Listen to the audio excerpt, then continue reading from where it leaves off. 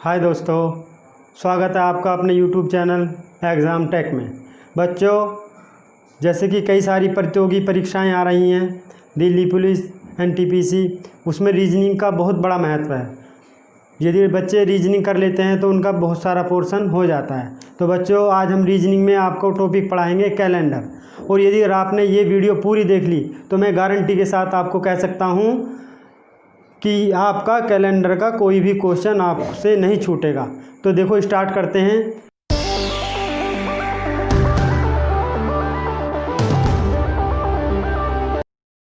Calendar में सबसे पहले होता है हमारा साल। जो हमारा कैलेंडर होता है पूरे एक साल का होता है। और जो हमारे कैलेंडर में और क्या होता है, हमारे होते हैं महीने। हमारा एक साल होता है कैलेंडर में, महीने होते हैं हमारे 12। हमारे सप्ताह होते हैं 52 और हमारे दिन होते हैं 365। दोस्तों, जो कैलेंडर होते हैं, जो हमारा कैलेंडर है उसके अंदर हर चौथे साल, जो हमारा कैलेंडर है हर चौथे साल एक लीप वर्ष आता है, जिसमें हमारे 366 दिन होते हैं। हमारे साल दो तरह के होते हैं। एक होता है हमारा सामान्य वर्ष।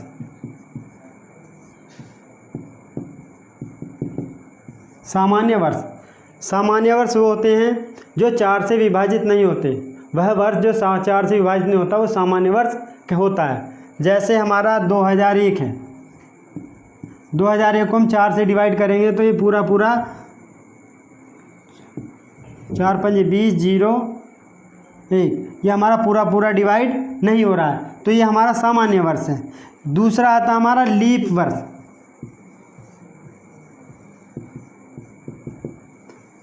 बच्चों, जो हमारा लीप वर्ष होता है, लीप वर्ष वह होता है जो वर्ष 4 से डिवाइड हो जाए। जैसे हमारा 2004 है, इसको हम 4 से डिवाइड करेंगे तो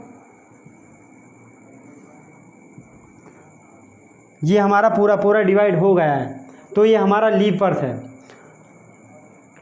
अब हम आते हैं सामान्य और लीप वर्ष में दिनों की संख्या।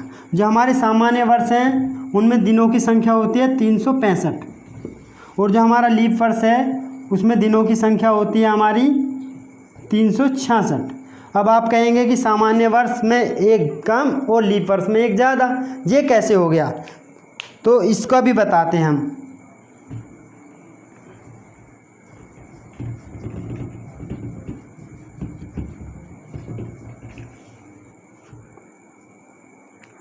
जो हमारी पृथ्वी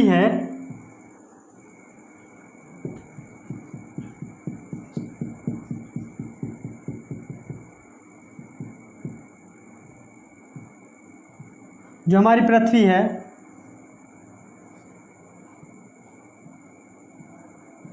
वो सूर्य के चारों ओर चक्कर लगा रही है। और जो सूर्य के चारों ओर हमारी पृथ्वी चक्कर लगा रही है वो पूरे एक वर्ष में अपना पूरा एक चक्कर करती है। और जो एक पूरा चक्कर करती है वो करती है 365 दिन और कुछ घंटे। 365 सही 1/4 दिन में करती है। और जब अगला जो वर्ष है फिर 365 से 1/4, फिर 365, जो चौथा वर्ष आएगा और जो 1/4 ये हमारे बच रहे हैं घंटे, 1/4 जो हमारे दिन बच रहे हैं, ये 4 वर्षों में आगे पूरा एक दिन हो जाता है। 4 वर्ष में हमारे पूरा एक दिन हो जाता है। तो इसलिए जो हमारा चौथा वर्ष है वो 366 दिन का होता है। जो हमारा एक दिन लीप वर्ष में बड़ा है 366, ये 366 दिन का हो जाता है। और दोस्तों, ये जो एक दिन बड़ा है ये हम कौन से महीने में जोड़ते हैं? ये हमारा फरवरी माह में जोड़ा जाता है। तो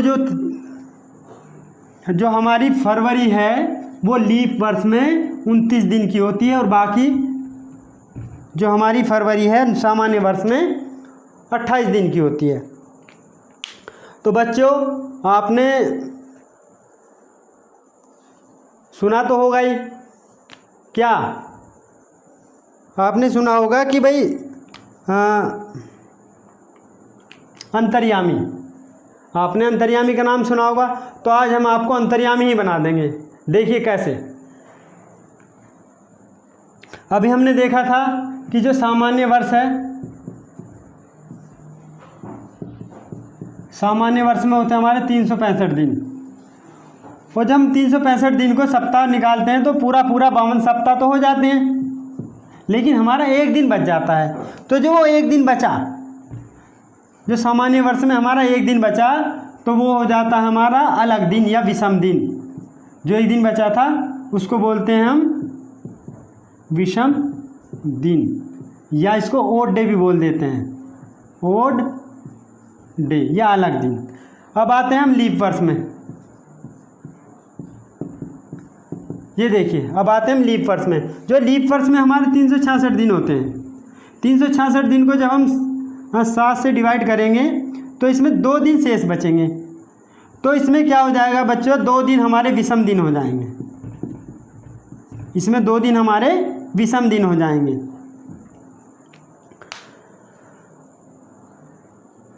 तो आगे चलते हैं।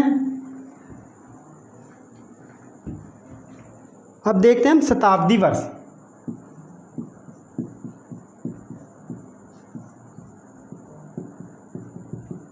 शताब्दी वर्ष 100 वर्षों के समूह को, 100 वर्षों के समूह को शताब्दी कहते हैं। 100 वर्षों के समूह को शताब्दी कहते हैं। जैसे 100, 200, 300, 400। अब आता है शताब्दी लीप वर्ष। शताब्दी लीप वर्ष बच्चों, जैसे कि अभी बताया था हमने कि जो सामान्य वर्ष होते हैं वो 4 से डिवाइड नहीं होते, जो लीप वर्ष होते हैं वो 4 से डिवाइड होते हैं। लेकिन ये वाला फार्मूला हमारा शताब्दी वर्ष में नहीं लगेगा। जैसे हमारा 100 है, जैसे हमारा 100 है, 100 हमारा 4 से डिवाइड हो जाएगा। लेकिन 100 क्या है, 100 हमारा सामान्य वर्ष है, लीप वर्ष नहीं है। क्यों? क्योंकि लीप वर्ष के लिए देखो, ये अलग इसकी थ्योरी है लीप वर्ष की। जो लीप वर्ष होता है हमारा, वह शताब्दी वर्ष, वह शताब्दी वर्ष जो 400 से पूरा विभाजित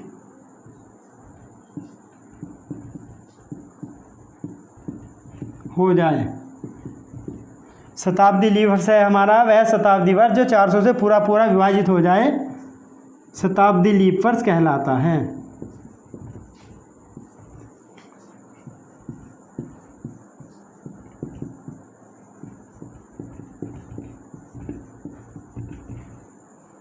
तो देखिए, जो हमारा 100 है वो शताब्दी, जो भी सामान्य वर्ष है, ये भी सामान्य वर्ष है, ये भी सामान्य। जो 400 है, जब हम इसको 400 को 400 से डिवाइड करेंगे तो ये पूरा विभाजित हो जाएगा। अतः हमारा जो 400 है वो क्या हो गया, हमारा 400 हमारा शताब्दी लीप वर्ष हो जाता है। और 400 से जितनी भी कटने वाली शताब्दियां हैं वो सारी की सारी लीप वर्ष में आ जाएंगी। अब चलते हैं हम, देखिए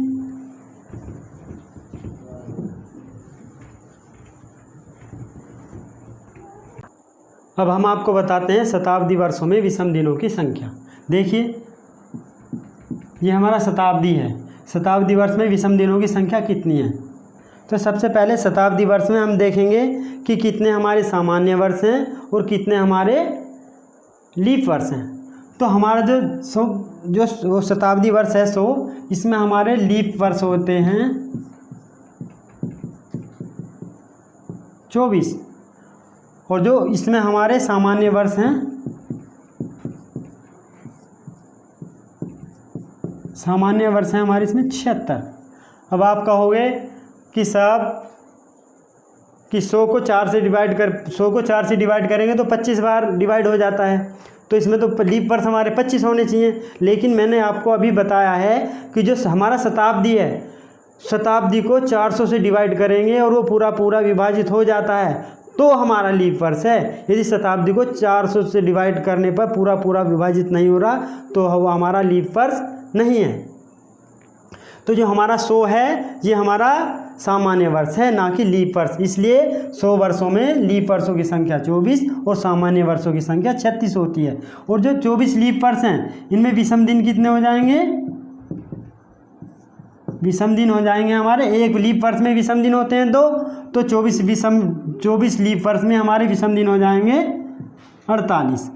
और सामान्य वर्ष में विषम दिन कितने हो जाएंगे? 76। तो देखिए 100 वर्षों में कुल विषम दिन कितने होंगे? 8 8 6 14 का 4 का 7 4 11 और 1 12, 124। जब हम इसको 7 से विभाजित करेंगे, जब हम इसको 7 से 7 एकम 7 बचे कितने? 5 4 7 8 56 7 7 49, ये बच गया हमारे 14 में से 9 गए 5। तो जो हमारे जो शताब्दी वर्ष है 100, तो इसमें हमारे विषम दिनों की संख्या आ गई है 5। जो हमारा शताब्दी है तो विषम दिनों की संख्या आ गई है इसमें, विषम दिन 5। अब आते हैं 200 वर्षों में। अब आते हैं 200 वर्षों में विषम दिनों की संख्या।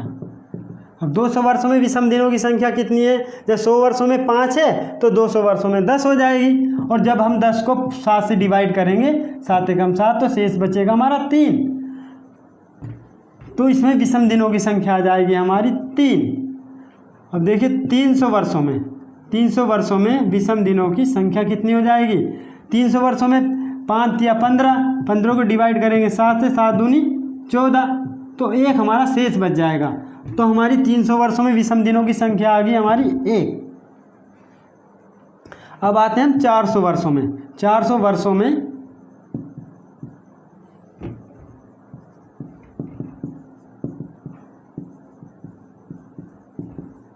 विषम दिनों की संख्या।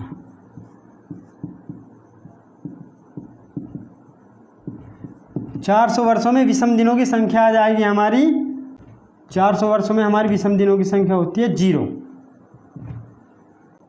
साथियों जो हमारा 400 है, जो हमारा 400वां वर्ष है वो हमारा लीप वर्ष है, इसलिए इसमें विषम दिनों की संख्या 21 हो जाती है। अगर हम 21 को 7 से डिवाइड करेंगे तो 7 या 21 पूरा पूरा विभाजित हो जाता है, इसलिए इसमें विषम दिनों की संख्या होगी हमारी 0। बस साथियों अब ये देखिए जो हमारी शताब्दी वर्ष हैं और 400 से डिवाइड हो जाती हैं, जैसे हमारा सन 2000 है 400 से डिवाइड हो जाएगा, तो ये भी हमारा क्या हो गया? ये पूरा डिवाइड हो गया 5 बार, तो ये हमारा क्या हो गया? लीप वर्ष। तो जो हमारा 400 है, जो हमारा 200 है, सन 200, उसमें विषम दिनों की संख्या 0 हो जाएगी। तो साथियों अभी एक शब्द बोला था कि अंतर्यामी।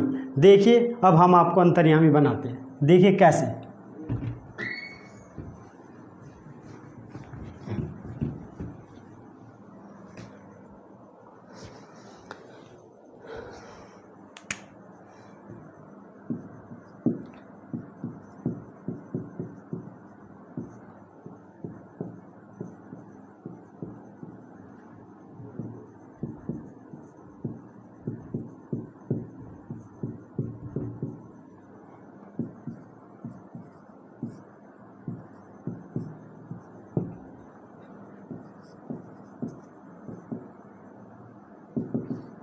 ये हमारा प्रश्न है साथियों कि 15 अगस्त 2010 को कौन सा दिन था।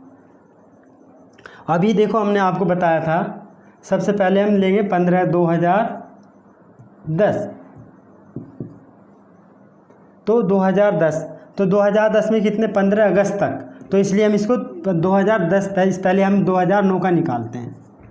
पहले हम 2009 का निकालेंगे, तो 2009 को किस तरह तोड़ेंगे हम? पहले तोड़ेंगे हम इसको देखिए कैसे तोड़ेंगे।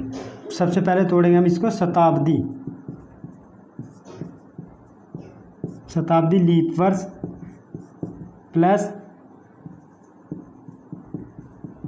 शताब्दी वर्ष प्लस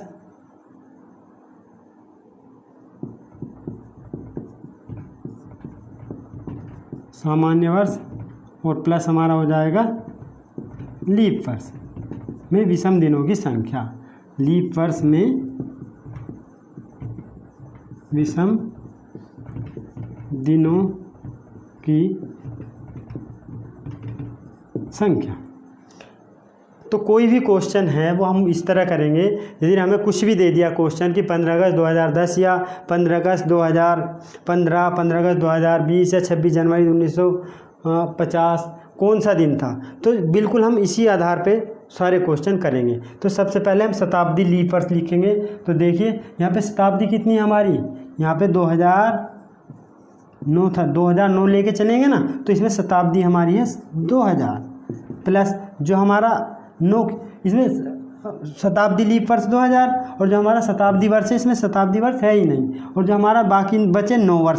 9 वर्ष में कितने हमारे लीप वर्ष हैं, 9 को जब 4 से डिवाइड करेंगे तो 9 में हमारे 2 क्या आ जाएंगे, 2 आ जा 9 में हम जब 4 से डिवाइड करेंगे तो इसमें 2 तो आ जाएंगे हमारे लीप वर्ष। और 2 लीप वर्षों में कितने विषम दिन होते हैं, 4। एक लीप वर्ष में होते हैं हमारे 2 लीप वर्ष में हो जाएंगे हमारे 4, और बाकी कितने बचे हमारे, 9 में से 2 गए हमारे 7 बाकी बच गए। और जो हमारे शताब्दी लीप वर्ष था इसमें कितने विषम दिन होते हैं, इसमें होते साथियों 0। तो हमारे 2009 में कुल मिला के 7 4 11 विषम दिन हो गए। अब आते हैं 1 जनवरी 2010 से लेके 15 अगस्त 2010 तक के विषम दिनों की संख्या। देखिए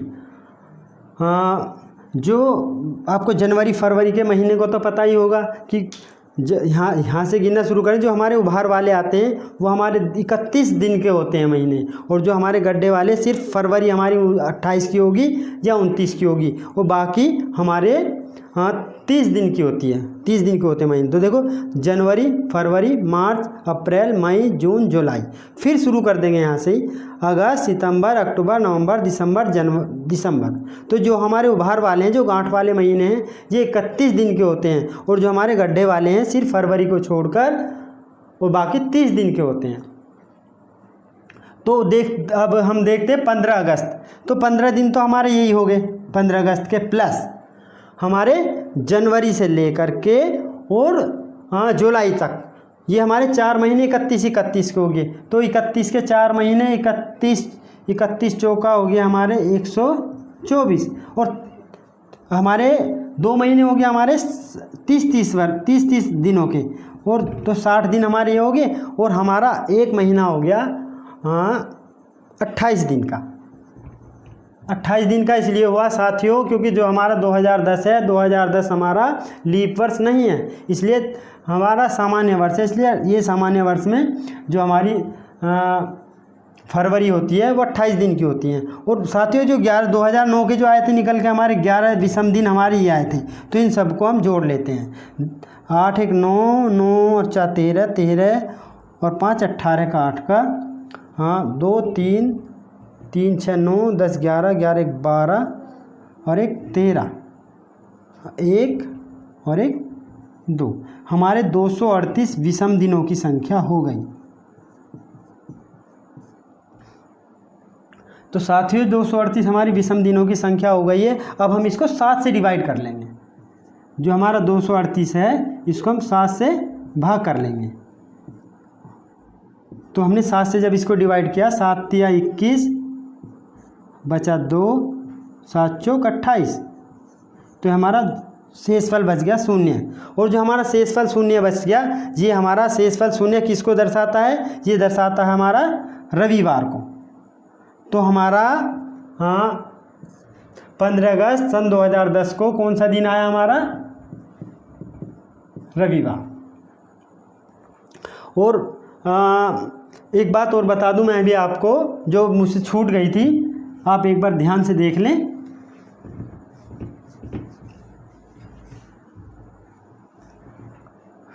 जो हमारे सप्ताह के दिन होते हैं, सप्ताह के दिन होते हैं हमारे सोमवार, मंगलवार, बुधवार, बृहस्पतिवार,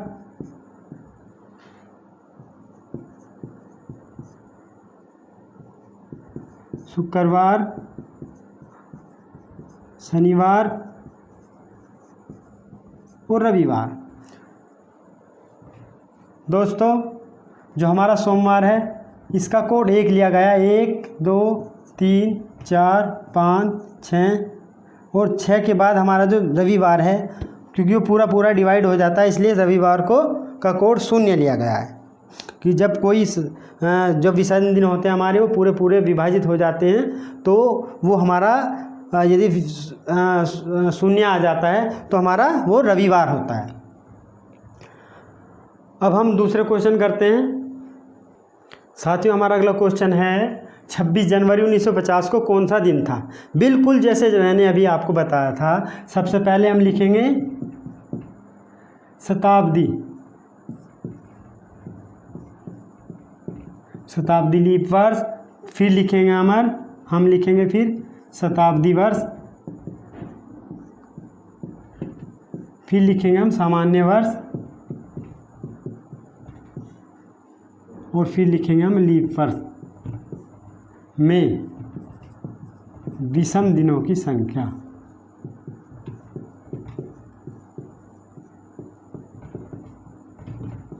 और इन सबको 7 से डिवाइड कर देंगे तो हमारा अब मैंने अभी बताया था, सोमवार का कोड 1, मंगलवार का 2, बुधवार का 3, बृहस्पतिवार का 4, शुक्रवार का 5, शनिवार का 6 और रविवार का 0। यदि ये हमारे शेष फल आते हैं तो हम बता देंगे कि फला फला दिन कौन सा 26 जनवरी 1950 को कौन सा दिन था। देखिए, ये 26 जनवरी 1950 की बात कर रहे हैं, तो ये देखिए 26 जनवरी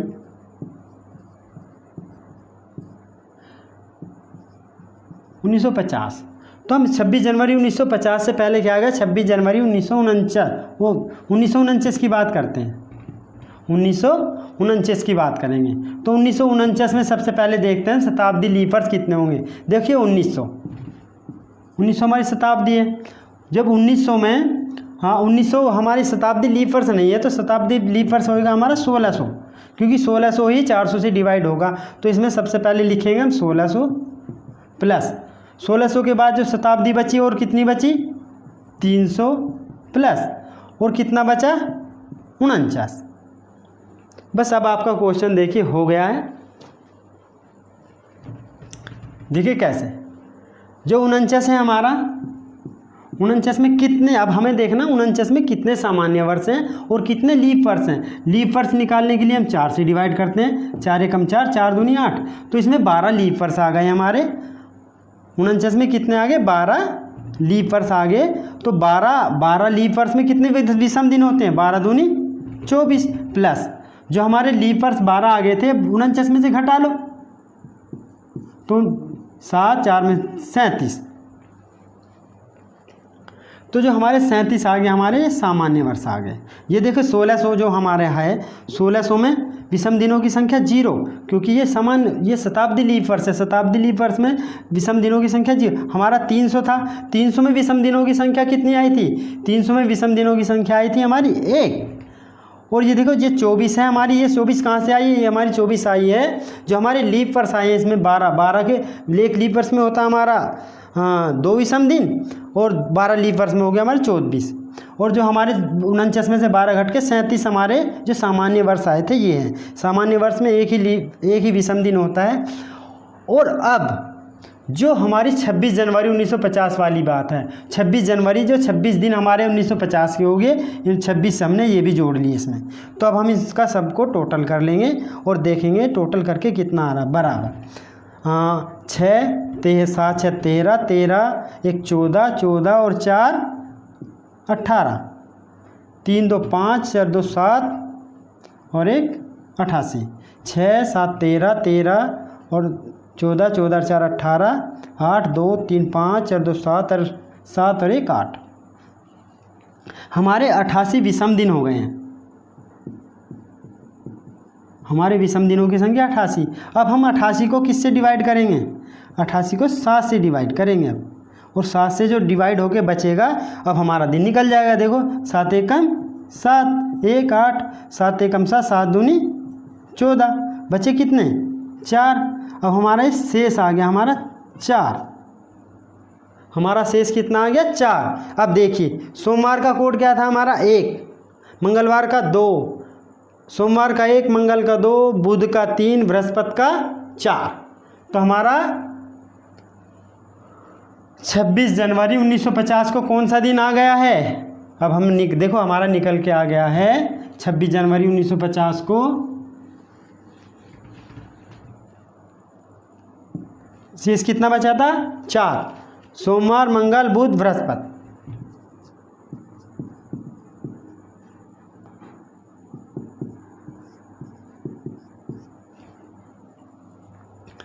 तो 26 जनवरी 1950 जिस दिन हमारा देश गणतंत्र हुआ था, हमारे देश का संविधान लागू हुआ था, और हमारे उस दिन हमारा देश में का बड़ा महत्व है। आज भी हमारे देश में गणतंत्र दिवस बड़े धूमधाम से मनाया जाता है। तो जो हमारा 26 जनवरी 1950 है को हमारा संविधान जो लागू हुआ था वो बृहस्पतिवार के दिन लागू हुआ था। साथियों देखो अभी मैंने बताया आपको कि आपको कोई सा भी दिन दे दिया जाए तो आप उसको, जैसे मैंने विधि बताई है, शताब्दी लीप वर्ष, शताब्दी वर्ष, फिर हमारा सामान्य और लीप वर्ष के विषम दिनों की संख्या निकाल करके 7 से भाग करके हम उनको दिन बता सकते हैं कि कौन सा दिन था। और ये जो दिन की गणना करते हैं हम ये मान के करते हैं कि जो हमारा 1 जनवरी सन 1 के दिन सोमवार था, इससे हमारी गणना सारी की सारी ये होती हैं। और एक चीज़ और रह गई है इसमें, वो मैं आपको बता देता हूँ। देखिए जो हमारे लगातार सामान्य वर्ष हैं, इसको आप नोट भी कर सकते हैं। जो हमारे लगातार सामान्य वर्ष हैं,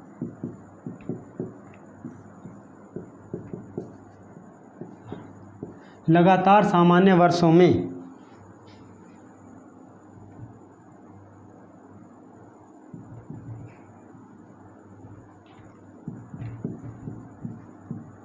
अगले वर्ष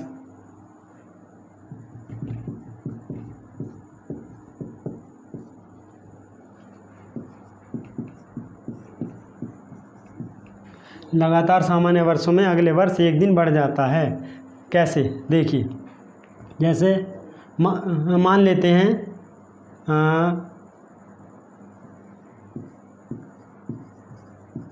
26 जनवरी 1957 को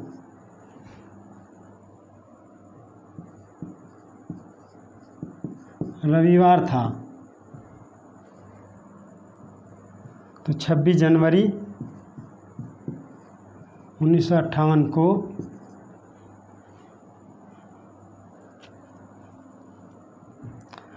कौन सा दिन होगा? 26 जनवरी 1957 का रविवार था, तो एक दिन बढ़ जाता है। अगर एक साल बढ़ गया तो हमारा जो सामान्य वर्ष है तो एक दिन बढ़ जाता है, तो ये हमारा सोमवार हो जाएगा। और 57-58 में भी हमारा 59 में भी हमारा क्या हो जाएगा? मंगलवार हो जाएगा। तो जो सामान्य वर्ष हैं हमारे, और आगे वाले सामान्य वर्ष से अगले वाला वर्ष भी सामान्य है, लगातार आ रहा है, तो उसमें एक दिन बढ़ जाता है। अब आती है सामान्य वर्ष से लीप वर्ष की बात। तो साथियों जब हम सामान्य वर्ष से लीप वर्ष की ओर बढ़ते हैं तो तब क्या होता है? देखो ये भी नोट कर लेना, यदि सामान्य वर्ष से अगला वर्ष, यदि सामान्य वर्ष से अगला वर्ष लीप वर्ष है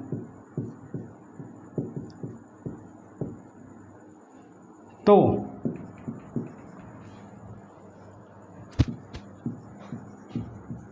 जनवरी और फरवरी मास में एक दिन की वृद्धि हो जाती है। यदि सामान्य वर्ष से अगला वर्ष लीप वर्ष है तो जनवरी और फरवरी मास में एक दिन की वृद्धि हो जाती है तथा मार्च से दिसंबर तक 2 दिन बढ़ जाते हैं। और तीसरी बात यह है साथियों, ये भी नोट करने वाली बात है कि यदि लीप वर्ष के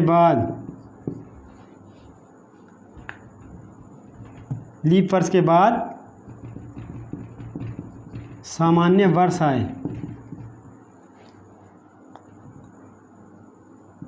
हैं तो जनवरी और फरवरी महीनों में 2 दिन बढ़ जाते हैं तथा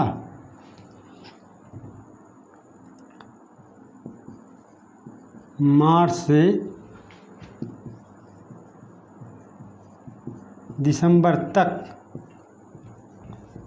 1 दिन बढ़ जाता है।